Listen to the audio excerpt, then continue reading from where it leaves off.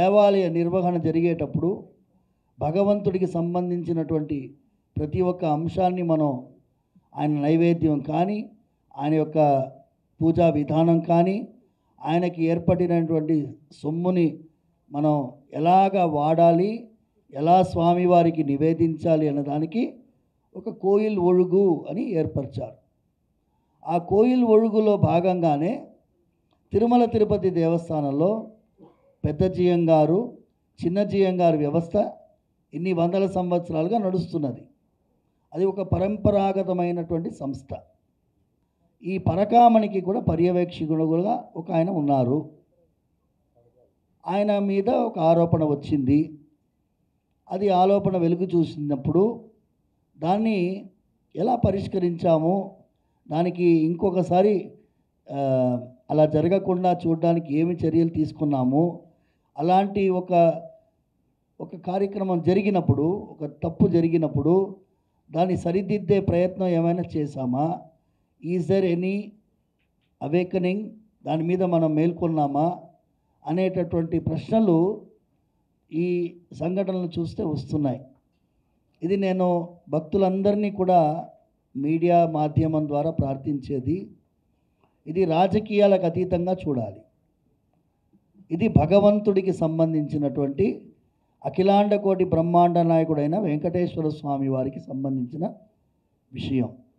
ఇంకోసారి జరగకుండా ఏం చేయాలి అనే దానికి మనం పూనుకోవాలి. ఇప్పుడు జరిగిన వారిని పట్టుకొని వారిని శిక్షించడం ఒక ఎత్తు అయితే, పునశ్చ ఇలాంటి సంఘటన జరగకుండా ఉండడానికి మనం ఏం చర్యలు తీసుకోవాలి అనే విధానంలో కూడా మనం ఆలోచించాలని ప్రార్థిస్తున్నాను. మేమందరం కూడా ఇవాళ ముక్త కంఠంతో ప్రభుత్వాన్ని కోరేది, ఆంధ్రప్రదేశ్ ప్రభుత్వాన్ని, అలాంటి ఎంక్వైరీ ఒకటి మంచి నిష్ణాతులైన ఒక న్యాయమూర్తి ఆధ్వర్యంలో దీన్ని జరిపించి, ఎలా జరిగింది ఈ సంఘటన, ఏ రోజు దీన్ని గమనించారు, దాని తర్వాత తీసుకున్న నిర్ణయాలు ఎవరి బాధ్యత తీసుకోగలుగుతారు ఆ నిర్ణయాలకి, ఆ నిర్ణయాల వల్ల ఇప్పుడు ఉన్న తిరుమల తిరుపతి దేవస్థానం యొక్క ఆదేశాలు ఎలా ఉల్లంఘన జరిగాయి, ఈ విషయాలన్నీ చెప్తూ భవిష్యత్తులో ఎలాంటి ఏర్పాటు చేయడం వల్ల ఇలాంటి సంఘటనలు పునరావృతం కావో ఇవి జరిపించాలని చెప్పి మా అందరి యొక్క అభిప్రాయంగా నేను మీ ముందు ఉంచుతున్నాను.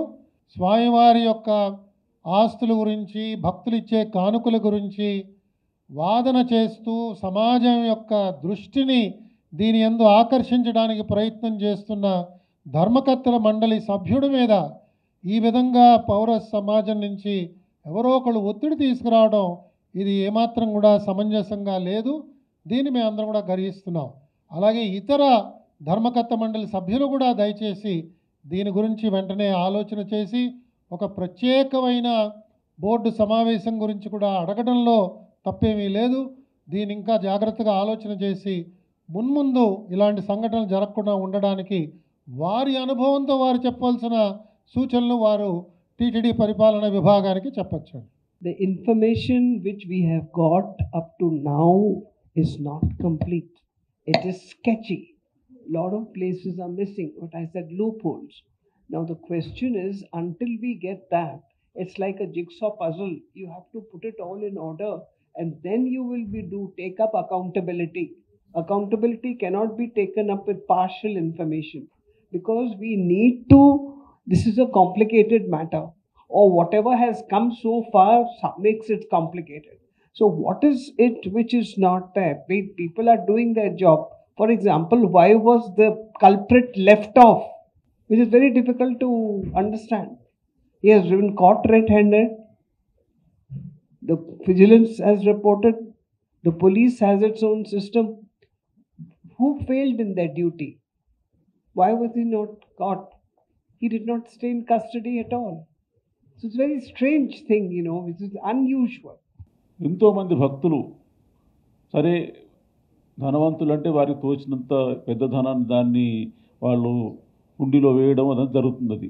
కానీ నిరుపేదలు కూడా నడిచిపోయి పైకి పోయి అత్యంత దయనీయ స్థితిలో ఉండి కూడా వాళ్ళ తోచినంత ధనాన్ని, అది రూపాయే కావచ్చు లేకుంటే కొంత వాళ్ళ స్తోమతను బట్టి అందులో వేసుకుంటే అదొక వాళ్ళ యాత్ర పూర్తయినట్టుగా వాళ్ళు భావిస్తారు. అది దాన్ని లెక్కించడం అన్నది ఒక ప్రక్రియ పూర్వకాలం నుండి సరిగ్గా జరుగుతుంది.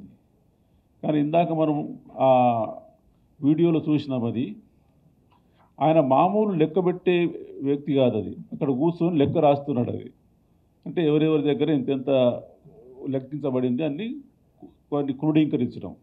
ఆయన ఒక కట్టను డాలర్స్ కట్టను తీసి లోపల పెట్టుకున్నాడు. అది ఆ డాలర్ల కట్ట ఆయన దగ్గరికి ఎట్లొచ్చింది? వేరే వాళ్ళ సహాయం లేకుండా అట్లా రాదు ఆయన దగ్గర. ఎందుకంటే ఆయన లెక్క పెట్టే ప్రక్రియ లేడు. అది ఆయన ఒక్కని ద్వారా జరిగే పని అయితే నేను అనుకోనది. ఆ తర్వాత జరగడమే చాలా దుర్మార్గమైన విషయం. అతను కూడా మళ్ళా జిఎంగారు సంస్థ నుంచి వచ్చిన వ్యక్తి, ఏదో అల్లాటప్పగా ఒక ప్రలోభానికి లోబడే వ్యక్తి అన్నట్టు కాదు. అంత చక్కటి సంస్థ నుంచి వచ్చిన వ్యక్తి, అజమాయిషి చేయడానికి వచ్చిన వ్యక్తి అలా దొంగతనం చేయడం అన్నది చాలా దుర్మార్గమైన విషయం ఒకటైతే, దాన్ని నిజాయితీ గల విజిలెన్స్ స్టాఫ్ తీసి దాటిని గుర్తించినారు. అది ఆ అమౌంట్ కూడా రికవర్ చేసినారు. అది సాక్షాత్తు దేవుని గుడిలో చేసిన దొంగతనం. అది దానికి మామూలు శిక్ష పడకూడదు. దేవస్థానం మొత్తం పాలకవర్గం అతన్ని చట్ట ప్రకారం ఎంత వీలైతే అంత శిక్షించాల్సిన పని. కానీ కొద్ది రోజుల్లోనే దాన్ని, ఇది జరిగిందేమో ఏప్రిల్ అయితే సెప్టెంబర్ వరకల్లా దాన్ని కాంప్రమైజ్ చేసినారు. అది కాంప్రమైజ్ చేయాలంటే ఇది మామూలు విషయం కాదు, అత్యంత అపవిత్రమైన చర్య. అది నేను దేవాలయానికి ఆస్తులు రావాలంటే నేను అడ్డుపడమని మరి ఎవరు అనదు. వస్తే మంచిది, ఎంత ఆస్తి వస్తే అంత మంచిదే. కానీ ఈ బ్యాక్గ్రౌండ్లో వచ్చి పాపసహితమైన ఆస్తి వచ్చిందంటే అది ఎవరికి కూడా మంచిది కాదు. అది అత్యంత లోతుగా పరిశీలించాల్సిన విషయం ఉండే. అంటే ఈ ఒక్కరోజు దొరికితేనే నీకు అన్ని దొరికింది, ఇంతకాలం ఎంతో జరుగుతుండే ఇది.